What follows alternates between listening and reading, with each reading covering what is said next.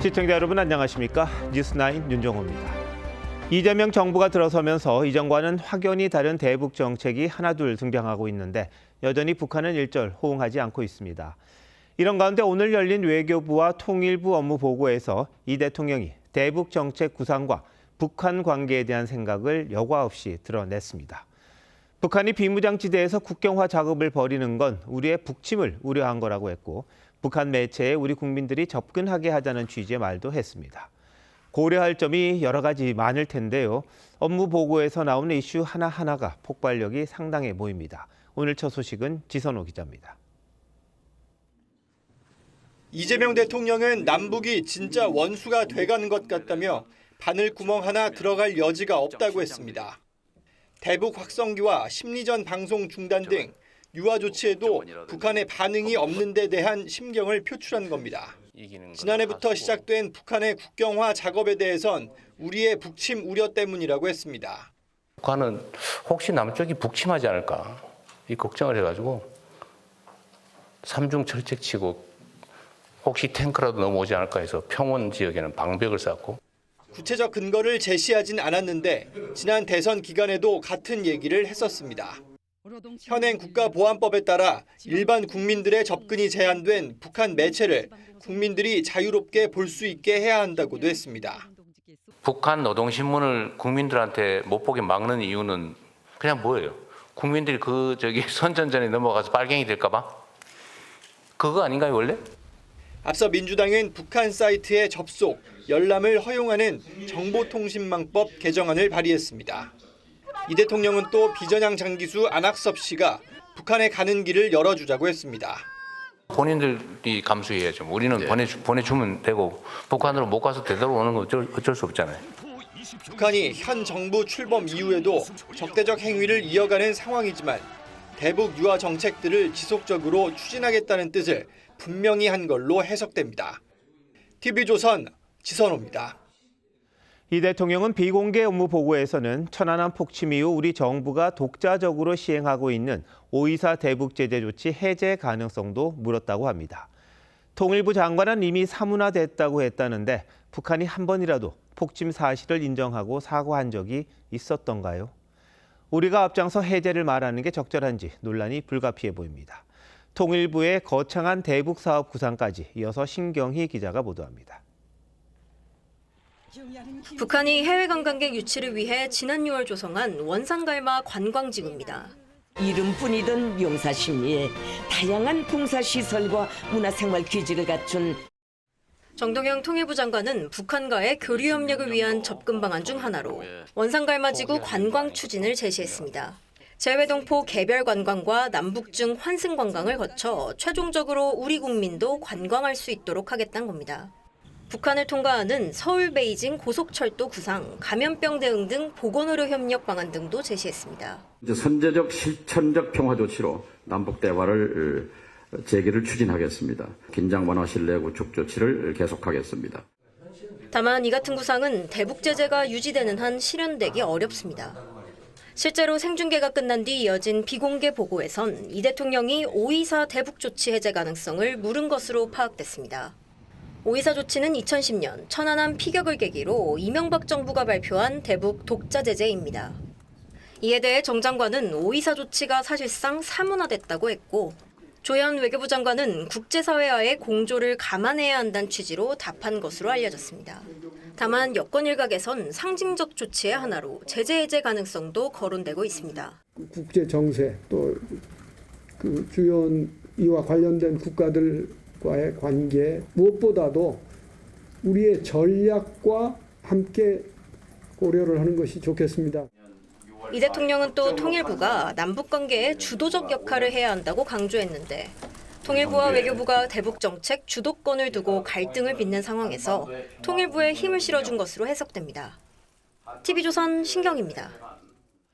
이 대통령이 물은 5.24 조치 해제 여부와 별도로 유엔과 미국의 대북 제재 조치는 여전히 유효합니다. 우리 정부가 독자적으로 움직이면 국제 공조에 차질이 빚어질 수밖에 없는데 한 천안함 유족은 대통령을 강하게 비판했습니다. 이채림 기자가 보도합니다. 통일부는 북한이 광물과 희토류 등을 수출하면 그 대금을 국제기구가 통제하는 에스크로 자금 계좌에 넣어 북한이 필요로 하는 민생 보건 물자를 수입할 수 있는 시스템을 추진하겠다고 했습니다. 국제사회가 블록체인으로 투명하게 들여다본 상태에서 이란, 이라크 제재 하에서 인도 협력 물자를 공급받았던 것처럼 정동영 장관은 신평화교역 시스템이라고 했지만 사실상 유엔과 미국의 대북 제재를 우회하겠다는 구상입니다. 한국이 국제사회의 대북 제재 기조에서 이탈하는 신호로 받아들여질 수 있다는 우려가 나옵니다. 한국 정부가 대북 제재를 우회하려는 시도를 고위급에서 보이고 있다는 것을 의미하기 때문에 한미동맹을 비롯한 국제사회로부터 지탄의 대상이 될 수 있습니다. 북한이 천안함 폭침에 대한 인정과 사과가 없는 상황에서 524 조치가 거론되고 있는 것도 문제로 지적됩니다. 천안함 유족은 SNS에 사과 한마디 못 받고 해제를 운운하는 대통령이 진정으로 국가를 보위할 마음이 있는지 묻고 싶다는 글을 올렸습니다. 국민의힘은 이재명 정권이 대한민국을 통째로 북한에 갖다 바치려는 위험한 행보를 하고 있다고 비판했습니다. 특히 이 대통령의 업무보고에서 북침을 언급한 데 대해 북침 가능성을 걱정하는 대통령의 인식은 대한민국 대통령이 맞는지 의심케 한다고 했습니다. 김재섭 의원은 북한 매체 열람 허용 지시에 대해 대한민국 언론은 때려잡겠다며 북한 언론엔 한없이 자상하다고 꼬집었습니다. TV조선 이채리입니다. 여당이 내란 전담 재판부를 밀어붙이자 어제 대법원이 대안을 내놨었죠. 재판부가 설치될 서울고등법원이 신속하게 구체적인 실행 계획까지 내놓았습니다. 위헌 논란을 피하면서도 내란 재판을 빨리 진행할 수 있게 됐는데 그럼에도 여당은 위헌 소지가 있는 법안을 강행 처리하겠다는 뜻을 굽히지 않고 있습니다. 왜 그런 건지 한지은 기자가 알아봤습니다. 서울고등법원이 국가적 중요사건 전담재판부 설치 계획안을 발표했습니다. 현재 14개 재판부인 서울고법 형사부를 16개로 늘리고 이 중 2~3개를 전담재판부로 지정한다는 겁니다. 공정성 확보를 위해 형사부 담당 법관들에게 제척이나 기피 사유가 있는지 확인한 뒤 무작위로 사건을 배당할 방침입니다. 여당의 내란 전담 재판부 설치 법안 추진에 맞서 대법원이 대안을 내놓은 지 하루 만에 후속 조치에 나선 겁니다.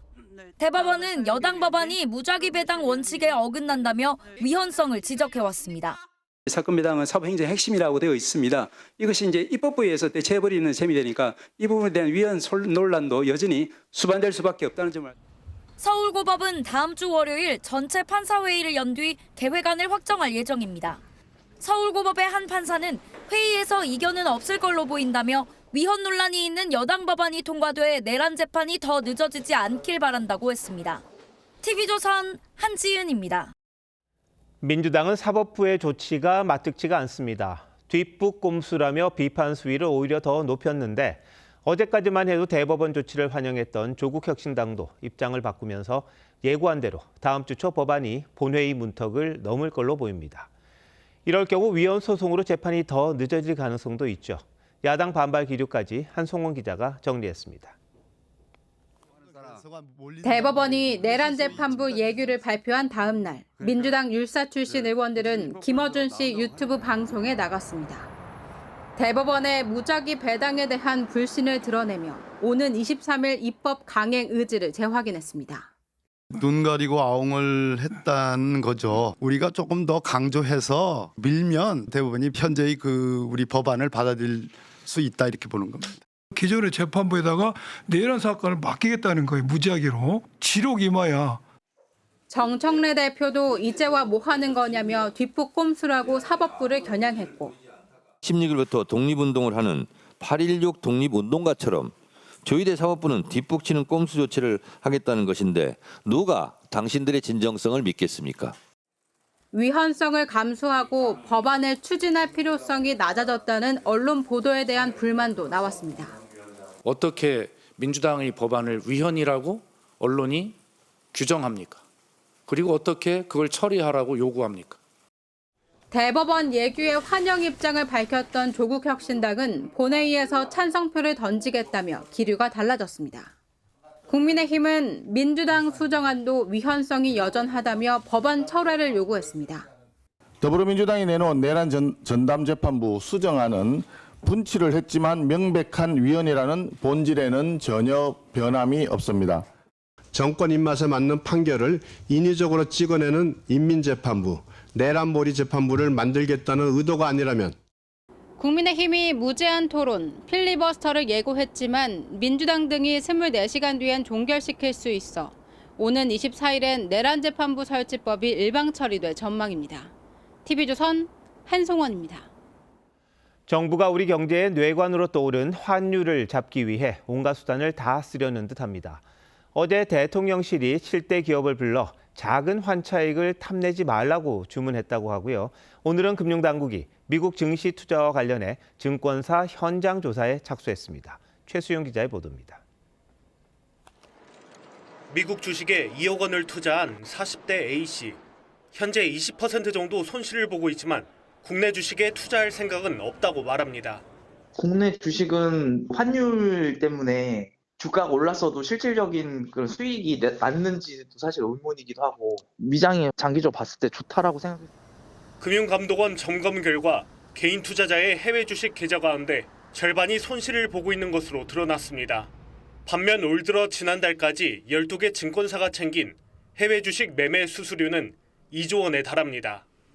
금감원은 서학개미가 주로 벌리는 키움과 토스증권 등에 대한 현장 검사에 돌입했습니다. 증권사가 투자 위험을 충분히 알리지 않았다면 해외 주식 영업 정지까지 내린다는 방침입니다. 또 해외 투자 시 현금이나 주식으로 보상하는 이벤트와 광고를 내년 3월까지 중단시키기로 했습니다. 금융당국의 압박에 증권사들은 해외 주식 투자 마케팅을 잇따라 중단하고 있습니다. 하지만 불만도 터져나옵니다. 바보도 아니고 서학개미들이 단순히 광고로 보고 투자하는 게 영향을 미치진 않는데 과잉으로 규제하는 게 아닌가. 해외 투자한다고 이게 환율에 뭐가 있다라는 일반적인 생각은 아닌 것 같고 증권사의 과도한 마케팅으로 치부해버리는. 금감원은 투자자 보호 차원이란 입장이지만 환율이 안정되지 않자 서학개미와 증권사를 압박하는 것이란 지적이 나옵니다. TV조선 최수용입니다. 생중계로 이뤄진 공정거래위원회 업무보고에서 이 대통령이 또 한 번 강제 수사권과 과징금 상향을 언급했습니다. 쿠팡을 염두에 둔 발언으로 해석되는데 대형 정보 유출 사고를 내고도 김범석 의장이 모습을 드러내지 않는 쿠팡을 향한 정부 압박, 날로 거세지고 있습니다. 윤우리 기자가 보도합니다. 공정거래위원장으로부터 업무보고를 받은 이재명 대통령은 공정위의 강제조사 권한이 있는지부터 물었습니다. 이게 불공정행위 조사에서 강제조사가 불가능하다는 얘기예요? 지금 강제조사권은 없어요? 없습니다. 그냥 불응하면 그만이에요? 이 대통령은 앞서 국무회의에서도 쿠팡 사태를 언급하며 강제조사권 도입 필요성을 강조했습니다. 현재 공정위는 기업들로부터 임의 제출 형식으로 자료를 받아 사건을 조사하는데 강제조사권이 도입되면 직접 자료를 확보할 수 있습니다. 다만 법원의 영장을 받아야 해 오히려 조사에 제약이 생기고 기업의 방어권을 침해할 수 있다는 우려도 제기됩니다. 법을 위반한 기업에 대한 과징금을 대폭 올리라는 주문도 나왔습니다. 옆에 기업이 당하는 걸 보고 이런 우리가 망하겠다 이런 생각이 들었으면 그런 걸 반복하겠습니까? 걸려봤자 아무것도 아니니까. 그래서 과징금 체계를 전면적으로 개편하려고 합니다. 네. 반복적으로 법을 위반했을 때 추가되는 과징금을 현행 20%에서 최대 50%로 올리고 쿠팡이나 배달의 민족 등 시장 지배적 지위를 가진 기업들이 권한을 남용할 경우 부과하는 과징금의 상한도 대폭 늘리기로 했습니다. 과방위 청문회를 소득 없이 마친 국회도 4개 상임위원회 합동청문회와 영업정지까지 거론하며 쿠팡에 대한 압박 수위를 높이고 있습니다. TV조선 윤우리입니다. 앞서 보신 것처럼 정부는 정보 유출 사고를 낸 쿠팡에 대한 극약 처방으로 영업 정지까지 검토하고 있습니다. 법적으로 가능한 건지, 만약 실행된다면 업계와 소비자에는 어떤 영향이 미칠지 오늘은 산업부 윤수영 기자와 따져보겠습니다. 윤 기자, 쿠팡에 대한 영업 정지가 법적으로 가능합니까? 네, 전자상거래법에 관련 규정이 있습니다. 이 전자상거래법 32조를 보면 거래 과정에서 소비자 정보가 도용돼 재산상 손해가 발생했거나 발생할 우려가 있는 경우 시정 조치를 내리게 돼 있습니다. 그런데 시정 조치를 받고도 위반 행위를 반복하거나 명령을 이행하지 않아 피해 방지나 보상이 어렵다고 판단되면 1년 이내 범위 내에서 영업 정지 조치를 취할 수 있습니다. 자, 그럼 쿠팡의 사례가 이 법령에 맞는지 먼저 따져봐야겠군요. 그렇습니다. 이 세 가지를 중점적으로 봐야 되는데요. 먼저 쿠팡의 개인정보 유출 행위가 사실로 드러났는지 여부입니다. 앞서 쿠팡이 개인정보 3,370만 개 유출을 사실상 인정한 상황이기 때문에 이 부분은 적용이 될 수 있을 것 같고요. 두 번째는 쿠팡의 개인정보 유출로 소비자 정보가 도용됐고 이것이 실제로 소비자에게 재산상의 손해가 발생했거나 발생할 우려가 있어야 합니다. 쿠팡 측은 2차 피해는 없다고 주장 중인데 이 부분은 민관 합동조사 결과가 나와야 할 것 같습니다. 세 번째는 쿠팡이 소비자들의 피해 회복 등 조치를 취했는지 여부인데 이 세 가지 조건에 모두 부합해야 공정위가 쿠팡에 대한 제재에 나설 수 있습니다. 조건이 상당히 까다롭네요. 근데 실제로 영업정지 처분이 내려진 사례는 있습니까? 네, 지난 2월 한 귀금속 인터넷 쇼핑몰이 영업 정지를 받은 사례가 있습니다.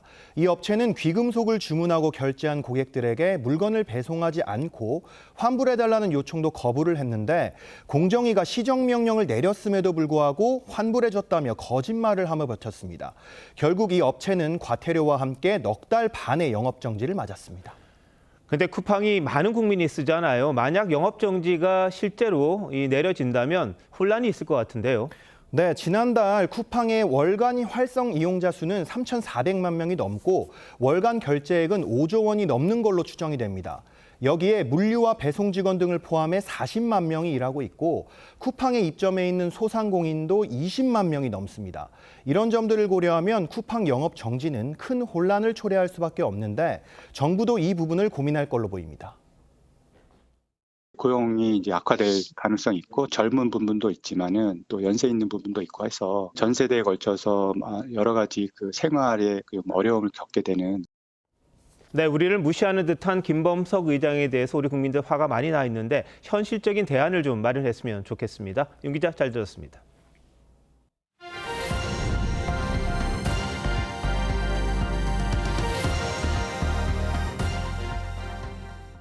경찰이 통일교에서 금품을 받은 혐의를 받는 전재수 민주당 의원을 피의자 신분으로 소환 조사했습니다.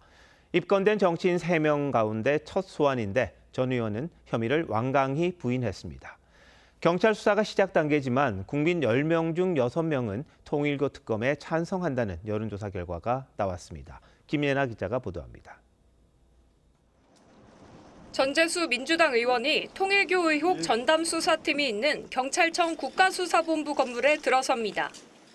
청탁의 대가로 제가 현금 2천만 원과 시계 한 점을 받았다고 이야기합니다. 명백하게 사실이 아닙니다. 전 의원은 통일교 수건인 한일 해저터널에 대한 청탁을 받았는지에 대해 부산의 미래를 팔아먹는 것이라 일관되게 반대해왔다고 했습니다. 한학자 총재와 만난 적이 있는지에 대해선 답하지 않았습니다. 한학자 총재 만난 적 있으십니까? 전 의원은 지난 2018년쯤 윤영호 전 통일교 세계 본부장으로부터 현금 2천만 원과 1,000만 원 상당의 불가리 시계를 받은 혐의를 받습니다. 경찰은 통일교 압수수색으로 확보한 명품 구매 내역과 영수증을 분석해 전 의원이 명품 시계를 받았는지 조사 중입니다.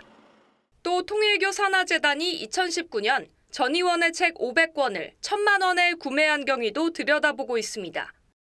이런 가운데 한국갤럽 조사 결과 통일교의 정치권 지원 의혹에 대해 특검을 도입해야 한다는 응답이 62%, 반대는 22%였습니다. TV조선 김예나입니다. 보신 것처럼 통일교 특검을 많은 국민이 찬성하는 건 종교가 정치에 지나치게 개입해서는 안 된다고 보기 때문일 텐데 오늘 재판에서 다소 황당한 얘기들이 나왔습니다. 전방위적으로 정치권에 로비한 걸 너무 과신했는지 통일교 간부들이 내부 회의에서 여야 공천도 받고 힘을 모으면 다음 대권 도전도 할 수 있다고 서로 격려했다고 합니다. 조유진 기자가 자세히 전합니다. 김건희 특검은 지난 7월 출범 뒤 통일교 압수수색과 간부 소환 조사를 통해 20대 대선 당시 통일교의 정치권 후원을 확인했습니다. 윤영호 씨 지시받고 하신 거 맞으실까요? 특검은 오늘 한학자 총재 재판에서 2021년 10월 통일교 지구장들이 참석한 회의록을 공개했습니다. 당시 한 통일교 지구장은 우리 목표는 청와대 보좌진으로 들어가는 것이라며 여든 야든 국회의원 공천권을 우리에게 줘야 한다고 했습니다. 또 다른 지구장은 2027년까지 이렇게 가면 대권 도전도 가능하지 않겠느냐고 했습니다. 윤영호 전 본부장에게 국민의힘 권성동 의원을 소개한 것으로 알려진 윤정로 전 세계일보 부회장도 증인으로 출석했습니다. 두 사람이 주고받은 메시지가 공개되는데 윤 전 부회장은 통일교의 미일 기반을 알려주면 영사나 대사도 가능하고 도움에 비례해 전국구나 공천 요구도 가능하다고 했습니다. 다만 윤 전 부회장은 법정에서 평생 가진 꿈을 얘기했을 뿐이라며 정치권 청탁에 가담하진 않았다고 했습니다. TV조선 조유진입니다. 김건희 여사 의혹을 수사해온 민중기 특별검사가 공수처 수사를 받게 됐습니다. 통일교 측이 여당 정치인들에게 돈을 건넸다는 진술을 확보하고도 수사를 안 했다는 혐의입니다. 왜 공수처가 수사하게 됐는지 이광희 기자가 알아봤습니다. 공수처가 민중기 특별검사 등 김건희 특검 관계자들에 대한 수사에 착수했습니다. 국민의힘이 직무유기 등 혐의로 고발한 사건을 경찰이 수사도 안 하고 넘긴 지 사흘 만입니다. 본래 사명을 저버리고 이재명과 민주당 정권의 하수인임을 본인이 스스로 드러냈습니다. 공수처는 판례상 특별검사와 검사의 지위가 구별돼 민특검은 공수처의 수사 대상이 아니라면서도 함께 고발된 파견검사의 공범으로 수사가 가능하다고 결론냈습니다. 공수처는 민특검이 주장한 대로 여당 정치인들의 금품 수수 혐의가 특검법에 따른 수사 대상이 아닌지 따져보게 됩니다.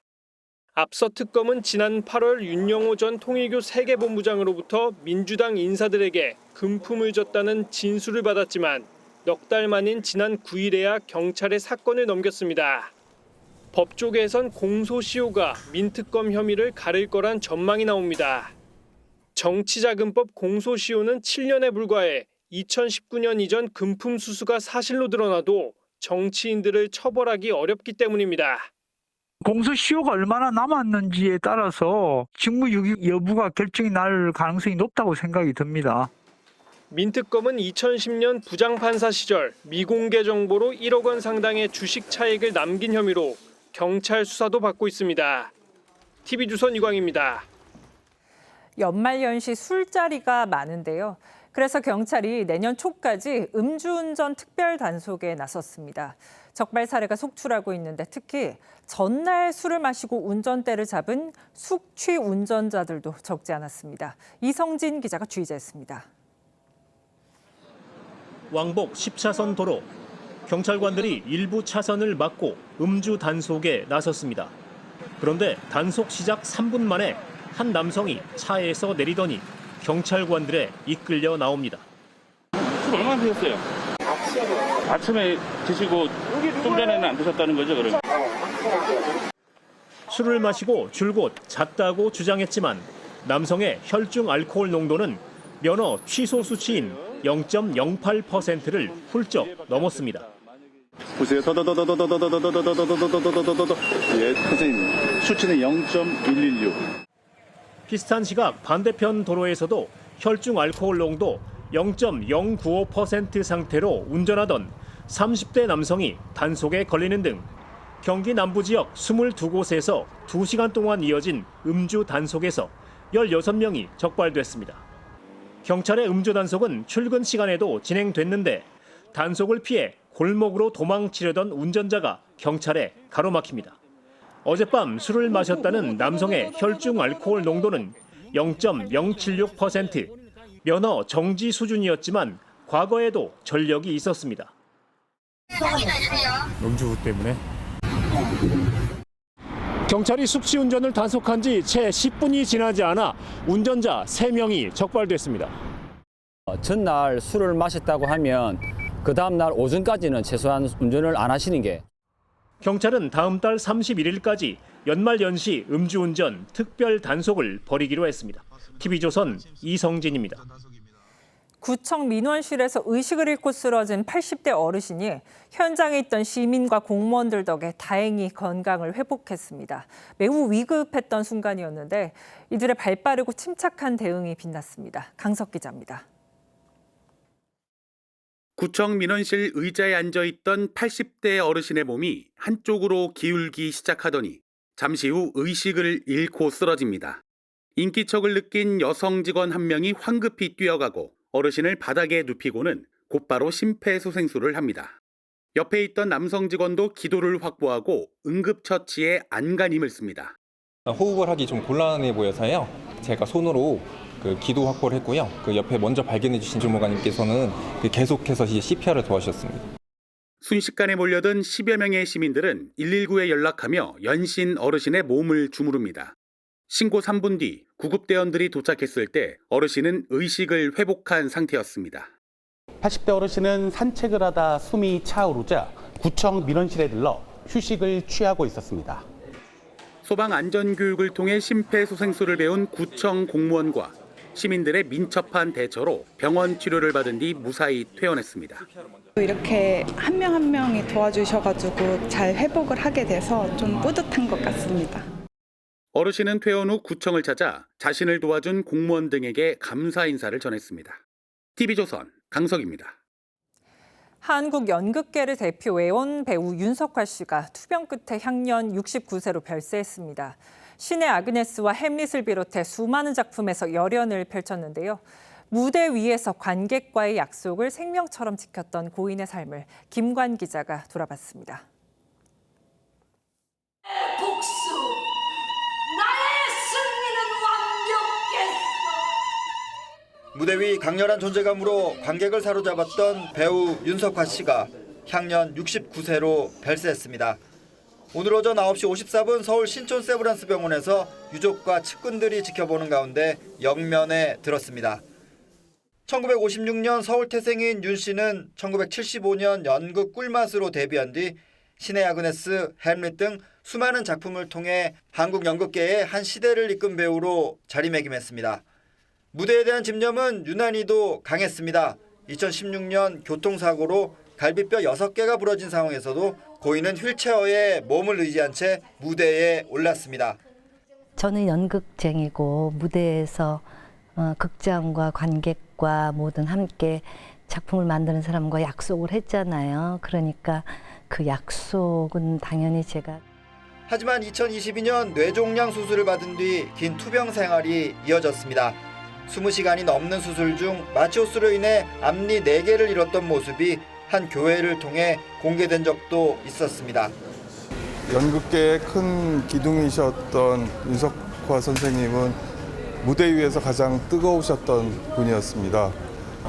많은 사람들 마음속에 윤석화 씨가 그대로 살아남아 있을 거라고 생각하고요.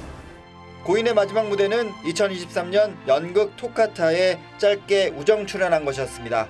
TV조선 김관입니다. 박나래 씨에게서 처음 불거진 불법 진료, 이른바 주사 이모 의혹이 연예계를 뒤흔들고 있습니다. 박 씨와 같은 프로그램에 출연한 연예인과 유튜버가 줄줄이 불법 진료를 받았다고 인정하면서 방송에서 하차했습니다. 윤재민 기자입니다. 먹방 유튜버 출신으로 TV 예능 프로그램에서도 활동하던 입짧은 햇님 김미경 씨가 활동 중단을 선언했습니다. 주사이모 관련 의혹이 제기된 지 하루 만입니다. 김 씨는 주사이모 이모 씨를 강남의 병원에서 만나 의사라고 믿었다면서도 신중하게 처신하지 못한 걸 반성한다고 했습니다. 앞서 한 매체는 김 씨가 이 씨에게서 다이어트 약을 처방받은 것으로 보인다고 전했습니다. 30kg 뺐다 약간 이렇게 생각했던 것 같은데 68까지 뺐으니까. 박나래 씨의 전 매니저와 이 씨의 SNS 메신저 대화를 공개하며 김 씨가 박나래 씨에게 불법 약품을 전달한 걸로 보인다고도 했습니다. 박 씨, 김 씨와 같은 프로그램에 출연했던 샤이니의 키 김기범 씨 역시 이 씨에게 자택 진료를 받은 사실을 인정하며 방송에서 하차했습니다. SNS에서 이 씨와 교류한 것으로 보이는 연예계 인사들로 의혹이 확대되는 가운데 음악인 정재영, 방송인 전현무 씨 등은 일면식도 없다며 친분을 부인했습니다. 의혹의 당사자인 이 씨는 본인의 SNS를 통해 분칠하는 것들과 친하게 지내지 말라고 충고했었다. 아끼고 사랑하는 동생들이라고 했는데라며 연예계의 손절 분위기에 아쉬운 마음을 드러낸 걸로 전해집니다. TV조선 윤재민입니다.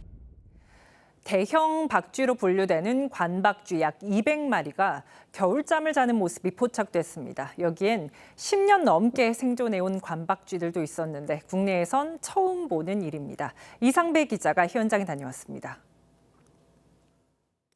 가야산 국립공원의 한 동굴입니다.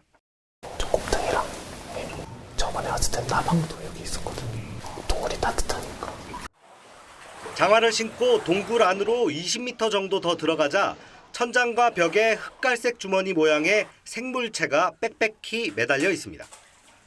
우리나라와 일본에 주로 살고 있는 관박쥐입니다. 현재 이 동굴에는 관박쥐 210여 마리가 지난달부터 겨울잠에 들어갔는데 내년 4월쯤 깨어나 활동을 시작할 것으로 보입니다. 관박쥐는 동굴이나 폐광에서 털을 잡고 새끼를 키웁니다. 입에서 초음파를 내는 다른 박쥐들과 달리 코로 초음파를 발산하는 게 특징입니다. 코에 비엽이 맑은 모양으로 돼 있어서 좀 다른 종과 특이적으로 차이가 나고 있는 종입니다. 잠든 박쥐들 가운데 몇몇은 지난 2016년 조사 당시 붙여둔 인식링을 차고 있습니다.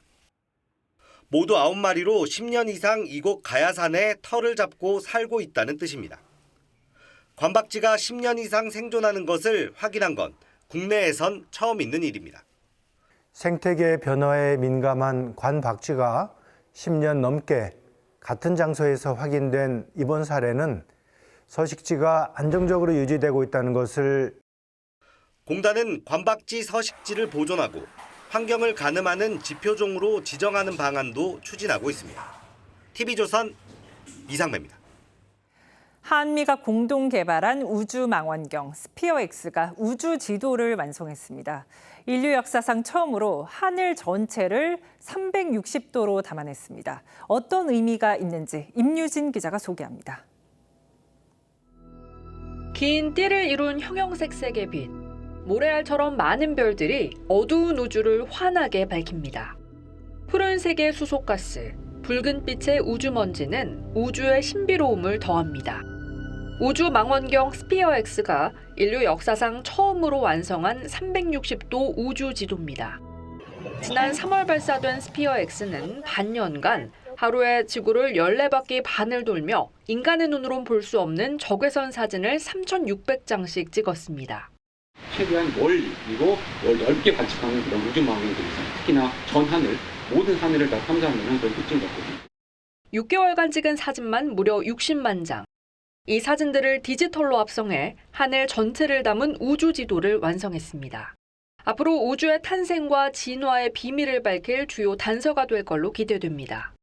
빅뱅에 대한 신호를 밝히는 것들, 두 번째는 은하의 형성과 진화 부분, 세 번째는 생명체의 기원이 되는 물과 얼음들이 존재하는 아이스 형태로 존재하는 이런 것들에 대한 스피어X는 남은 2년의 임무 기간 동안 3번 더 하늘 전체를 관측해 3차원 통합 지도를 완성할 계획입니다. TV조선 임유진입니다. 미국의 내년도 국방 예산과 정책 방향을 담은 법이 국방수권법입니다. 트럼프 대통령이 오늘 서명하면서 발효됐는데 주한미군을 대통령 마음대로 줄이지 못하도록 명문화했습니다. 우리로서는 반길 부분이죠. 반면 조선업과 관련해서는 예상과 달리 우리에게 유리한 게 없다는데 왜 그렇게 됐는지 미국 현지에서 백대우 특파원이 보도합니다. 백악관은 현지 시간 18일 홈페이지를 통해 트럼프 대통령이 내년도 미국 국방수권법에 서명했다고 발표했습니다. 주한미군을 현재 28,500명 미만으로 감축하는데 예산을 못 쓴다는 내용도 담겼는데 대통령이 최종 서명하면서 정식 발효됐습니다. 앞서 미 의회는 트럼프 2기 정부 들어 주한미군 감축 가능성이 공공연하게 거론되자 예산을 통해 정부의 일방적인 병력 감축을 견제하는 조항을 5년 만에 부활시켰습니다. The 65th consecutive year that Congress has come together across the aisle and across two chambers to send the President a bill designed to sustain and strengthen the national defense. 국방수권법은 또 한미연합사 전작권을 양측 합의와 다르게 임의로 바꾸지도 못하도록 했습니다. 다만 미국 국익에 부합하고 한일, 유엔군 사령부 등과 협의했다는 내용을 제출하면 2달 뒤엔 예산 사용을 허용하고 있어 여지를 남겨뒀다는 분석이 나옵니다. 기대를 모았던 조선업 대미 투자에서 한국 기업에 우선권을 주는 내용은 최종 법안에선 빠졌습니다. 지난 10월 상원을 통과한 법안엔 한국과 일본 기반 기업을 특별히 우선시하라고 명시했지만 하원을 거치면서 다시 수정된 겁니다. 그런가 하면 우리나라 등 해외에서 미국 군함 건조를 못하게 하는 조항은 유지됐습니다. 일자리를 지키려는 미국 조선업계와 노조의 입김이 반영된 결과인데 한미 정상이 합의한 한국의 대미 조선업 투자, 이른바 마스가 프로젝트가 악영향을 받는 것 아니냐는 우려도 제기됩니다.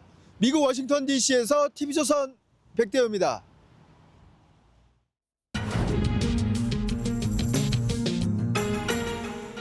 정치 연안에 한 발 더 들어가 궁금증을 풀어드리는 정치 더 시간입니다. 조선일보 배성규 정치 에디터 나오셨습니다. 어서 오십시오. 안녕하세요. 자, 오늘 주제 알려주시죠. 네, 여권의 지방통합 승부수입니다.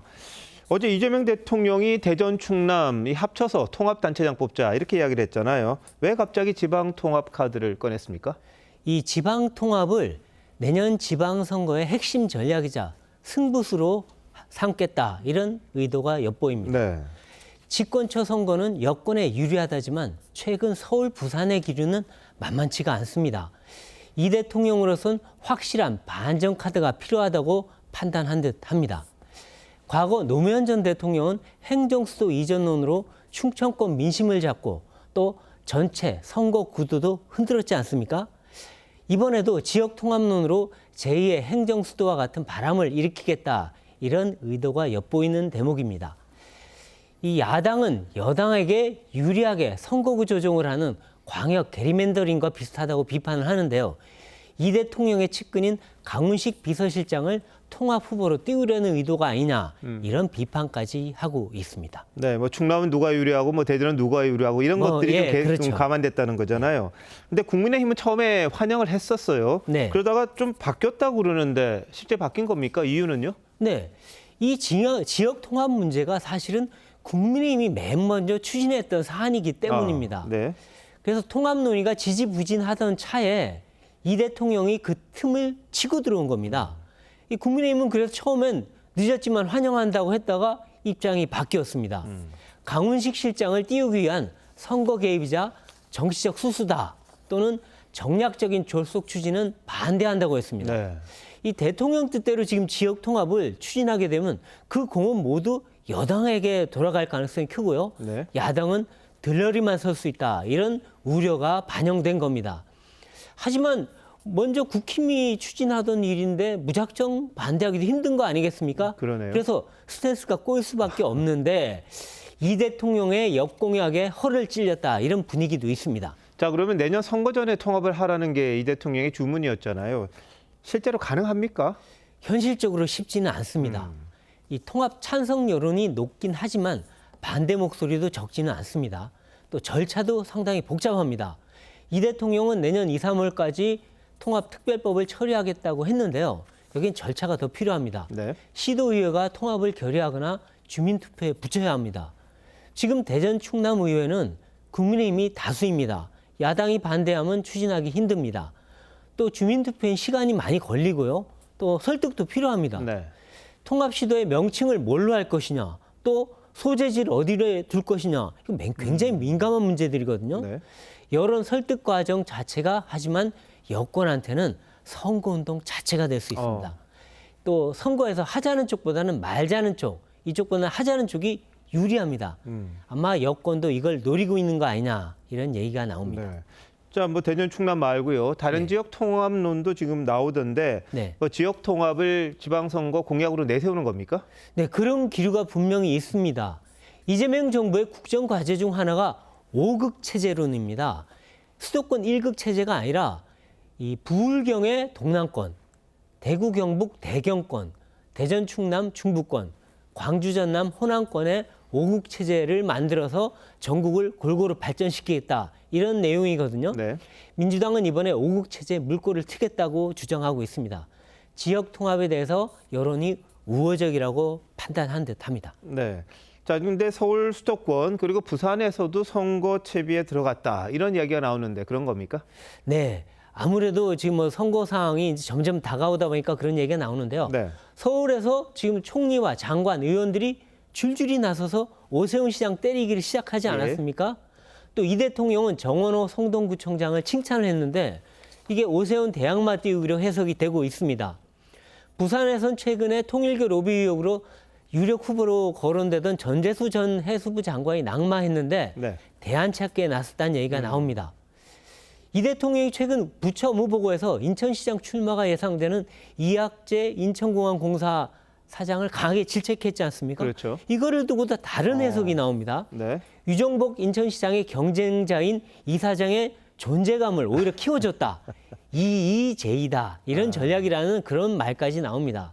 또 대통령실에서는 김용범 정책실장, 우상호 정무수석, 또 부처에서는 김정관 산업부 장관, 이까지도 또 호남, 강원 등 출마설이 나오고 있습니다. 그렇군요. 여권 전체가 이미 다 선거 체제로 들어섰다. 이런 얘기가 나오는 상황입니다. 이재명 대통령 입장에서는 지방 권력을 쟁취하면 입법, 행정, 나머지 하나 남은 거 다 챙기는 거 아니겠습니까? 그랜드 슬램이라고 하죠. 그래서 상당히 신경을 쓰는 듯도 하군요. 베이스트 잘 들었습니다.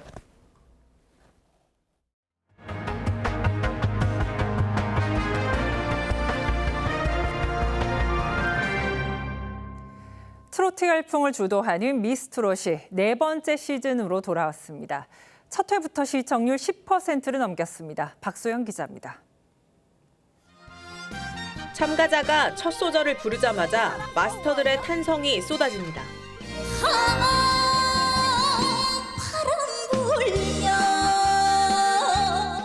미스트롯 시즌4가 더 엄격해진 규칙으로 돌아왔습니다. 마스터 20명에게 오라트를 받아야만 즉시 합격할 수 있고 선배 마스터와 국민 마스터 양쪽에서 과반수 하트를 받아야 탈락을 면할 수 있지만 예비 스타들은 가볍게 오라트를 따냈습니다.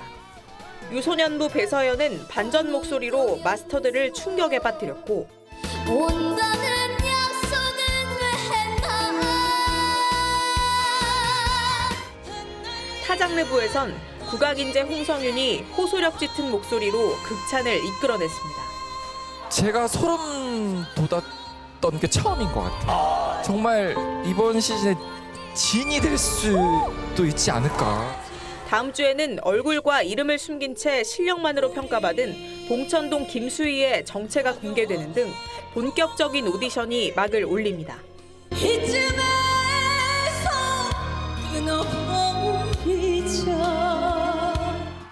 어제 미스트롯 시청률은 전국 기준 10.8%를 기록하면서 모든 방송 프로그램 중 1위를 차지했습니다.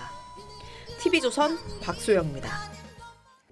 천안함 작전관을 지낸 박연수 해군대학 중령 등 10명이 조선일보와 국방부가 주최하는 제16회 위국 헌신상을 받았습니다. 2010년 천안함 폭침 당시 절체절명의 상황에서 장병들을 구조한 박중령을 비롯해 정윤기 해군 원사, 문성호 공군 상사, 송현석 국군 의무사령부 원사 등이 수상자로 선정됐습니다. 특별상에는 훈련 도중 다친 전우를 돕다 낙상에 순직한 고 김도현 상병과 헬기 레펠 훈련에서 장애를 얻고도 현역 복무 중인 정창욱 해병 상사 등이 이름을 올렸습니다. 지난 3월 경남 산불 진화를 도운 제이슨 라우 미 육군 대령은 한미 동맹상을 수상했습니다.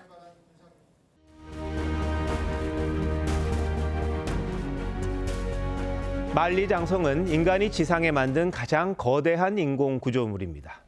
He forced 300,000 soldiers and 500,000 laborers to work on its construction. They died of starvation or fatigue. 위대함의 이면에는 수십만 명의 희생이 있었습니다. 그런데도 진시황은 눈 하나 깜짝하지 않았습니다. 권력을 독점한 자에게 백성의 고통은 그저 소음에 불과했기 때문이죠. 병마용갱은 그 오만의 상징입니다.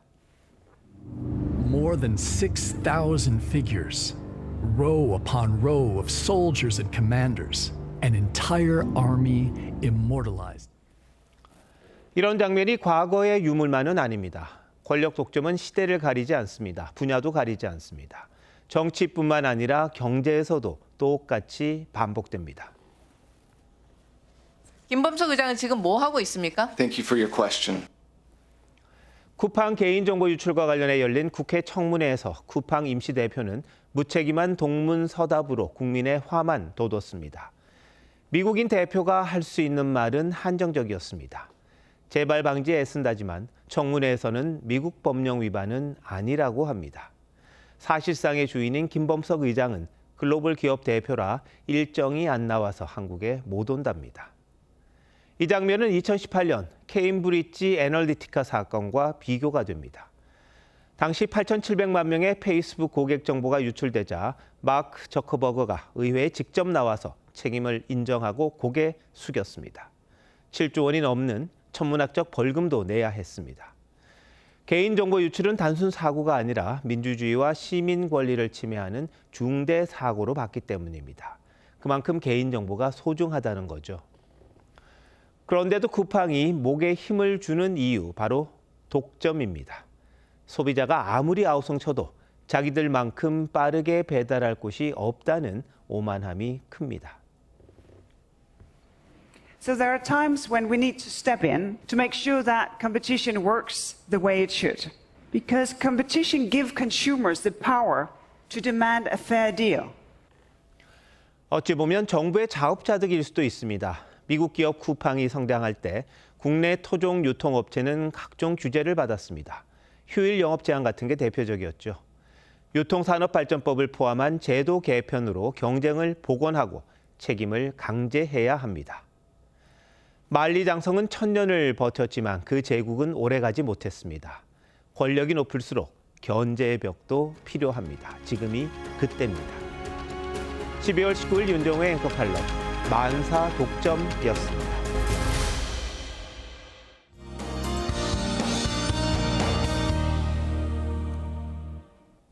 오늘도 예년보다 온화한 겨울 날씨가 이어졌습니다. 내일 아침 서울은 9도, 낮 기온은 11도로 낮에는 오늘과 비슷하겠지만 아침 기온이 10도 가까이 크게 오르겠습니다. 일요일에는 다시 맑아지겠지만 내일보다 기온이 뚝 떨어지겠습니다. 주말인 내일은 전국에 겨울비 소식이 있는데요. 대부분 지역에 5mm가량의 약한 비가 내리겠지만 전남 해안에 5에서 10mm, 제주도에 5에서 20mm의 비가 예상됩니다. 내일 오전까지 강원 산지에 바람이 강하게 불겠고 경북 남부 지역은 안개가 짙겠습니다. 내일 아침 기온 서울 9도, 광주 7도로 기온이 크게 오르겠고요. 한낮 기온 서울 11도, 부산 19도까지 오르겠습니다. 다음 주 초에는 다시 영하권의 반짝 추위가 찾아올 전망입니다. 기온 변화가 큰 만큼 감기 걸리지 않도록 건강관리에 유의하셔야겠습니다. 날씨였습니다.